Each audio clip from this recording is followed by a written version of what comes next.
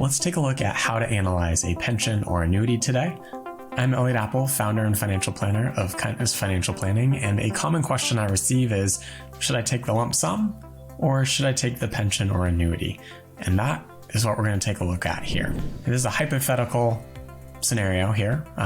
So they have $100,000. Let's say this is in their retirement account or somewhere else that they could put in as a lump sum to get a pension payout or monthly income for the rest of their life. In this case, it is a married couple, and I'll talk a little bit about the difference between whether I generally look at single or married for the rest of your life with 100% survivorship in a moment. But for now, assume this is over 2 joint lives. I'll show you the ages in a second, but they could put in $100,000. What they'd end up getting is $412 for the rest of their life on a monthly basis. This was the guaranteed amount. There were also 2 adjustments to this. So they also could get an additional $173 per month. And this, when I asked them questions about it on the phone, it could adjust based on the performance of the general account. So they're depositing this $100,000 with the insurance company, and in return, the insurance company is going to invest that in their general accounts, which means this figure could adjust potentially. It's not guaranteed though. Again, the only guaranteed amount is this $412. And then because they hadn't been investing in this retirement account for a long time and they could annuitize it and receive this monthly income, they got something called a loyalty bonus, which was $108 per month. And this sounded like it could adjust, but was less likely to adjust based on the phone representative we spoke with. So in total, they could get $693 per month for the rest of their lives. And in this case, it was their joint lives. But again, the guaranteed amount was $412, again, based on the claims paying ability of this insurance company. So with those figures, let's go ahead and scroll over and take a look at the pension or annuity analysis. So let's say this is Susan and Brady. Brady had been working for a very long period of time and was saving into this retirement account, a very common one that people save into. And Brady was 75, his wife Susan was age 70. And again, they could get $100,000 if they were married. That was the lump sum. They could do this as a rollover. They could keep it with the insurance company, or they could get the payout. So the payout was $693 that we looked at over here. Keep in mind, this doesn't include possible adjustments. So if this amount goes up or down, I'm just assuming for the rest of their lives, their joint lives, they get this $693. And we can see how this works out. We've got their 2 ages here currently, put in $100,000. You can ignore the single life. We're just gonna look at the married. I didn't run this, and I talked about this earlier, in that I don't run this typically for single lives because let's say Brady here passed away early, maybe his 2nd year of retirement, Susan's gonna get stuck with nothing if Brady elected a single life. So I use that very sparingly when I talk to people about their finances because I want income guaranteed for the longer of their 2 lives, whoever that is. You don't want to run into a situation where you have a slightly higher benefit, because if we looked at a single life and we got that quote, it probably would have been higher than the 693.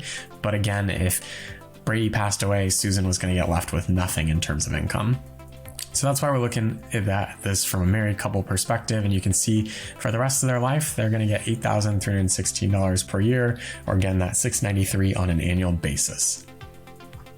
And when we look at this, sometimes people just look at this monthly income and go, great, that's my monthly income. But there's a better way to do this. Let's look at what the actual internal rate of return is on this so we can compare this to something else. Now, the risks are going to be different, but we can at least get a sense for when we're going to break even on this annuity or this pension and how that's going to work out. So we can see in the first year, if they were to both pass away after that first year of only claiming $8,316, it's a pretty substantial loss. They put in $100,000, they only got out this much.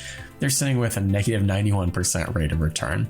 And we can keep this going for a period of time here. So you can see they basically have negative returns until Brady's 87 or Susan is age 82.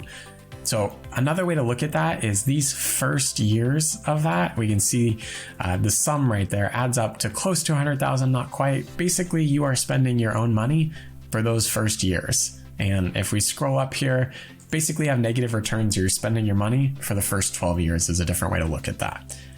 Only after that point do you start to earn a positive rate of return. So you can see here, once Susan's age 83, since Susan's the one who's likely to live longer, she's younger, women tend to live longer anyway, you get roughly a 1% rate of return. And you can see this start to increase slightly by year. So by the time Susan is age 89, let's say she makes it that long, she gets roughly a 5% rate of return. So the longer that they're able to claim and pay out the $8,316 per year, the higher that rate of return is. And, we have this going out to a really long life expectancy here.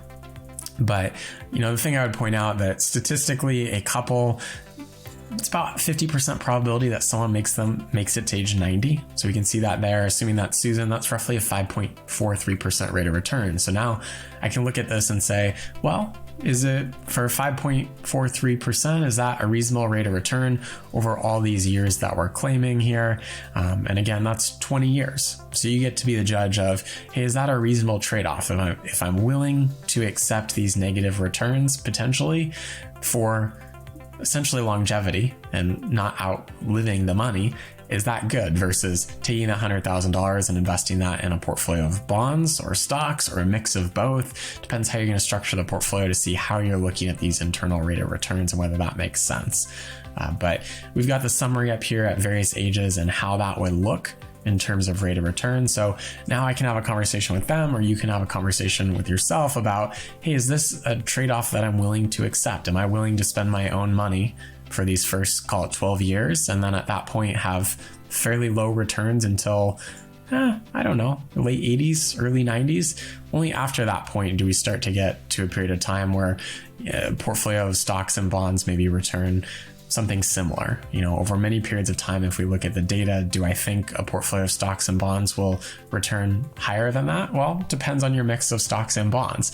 Certainly for stocks over 20 years and most time periods, it's going to be higher than that. I don't have the data for this video, but I have it in separate slides. So it's just a matter of looking at this and seeing what the trade-off is. With this, we're not going to see volatility. You're going to get that monthly income as long as the insurance company can continue to pay it, whereas a portfolio of stocks and bonds is going to have more risk. So we can go back and forth with that. But this is a good way to break it down mathematically, to look at the rate of return to determine, is this something I'm willing to accept? Do I want the 100,000 or do I want the 693 per month for the rest of our joint lives in this situation, knowing that it doesn't include possible adjustments, which could be up or down, but I'm just taking this at face value. So I always recommend running your own pension or annuity analysis to determine what works best for you. It could be that the monthly income works best for you and your risk tolerance, or potentially you want to take the lump sum and invest this so you can earn a different rate of return, but knowing that that is unknown. So hopefully this helps. If you have questions, feel free to let me know, but otherwise, have a great day.